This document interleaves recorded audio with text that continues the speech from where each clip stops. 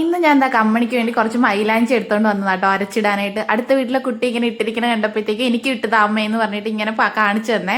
അപ്പൊ ഇങ്ങനെ ചുമന്നിരിക്കണ കണ്ടപ്പോൾ എന്തോ അവക്ക് എന്താന്ന് മനസ്സിലായിട്ടില്ല. അപ്പൊ വാവക്കും വേണം എന്ന് പറഞ്ഞിട്ട് അപ്പൊ ഞാനോർത്ത് എനിക്കും ഇഷ്ടമാണ് ഇതൊക്കെ ഇങ്ങനെ ചെയ്യാനൊക്കെ.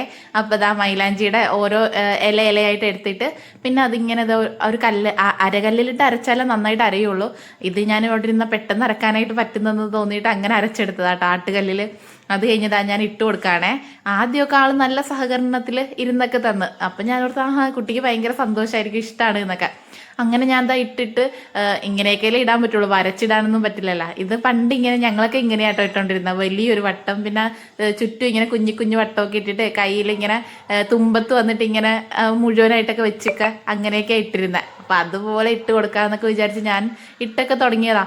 അപ്പൊ തന്നെ തൂത്ത് കളഞ്ഞ് തുടച്ച് കളഞ്ഞ് ഇതാ കഴുകിയൊക്കെ കൊണ്ടുവന്നിരിക്കുന്നുണ്ട്. എന്നിട്ട് സങ്കടമായി ചുമക്കാത്തതിന്. അപ്പൊ മുഖമൊക്കെ മാറി. അപ്പൊ ഞാൻ നല്ല ഭംഗിയുണ്ട് എന്നൊക്കെ പറഞ്ഞപ്പോൾ പിന്നെ സന്തോഷമായി. അങ്ങനെ ഇതാ കാണിച്ചൊക്കെ നിൽക്കണ ആള്.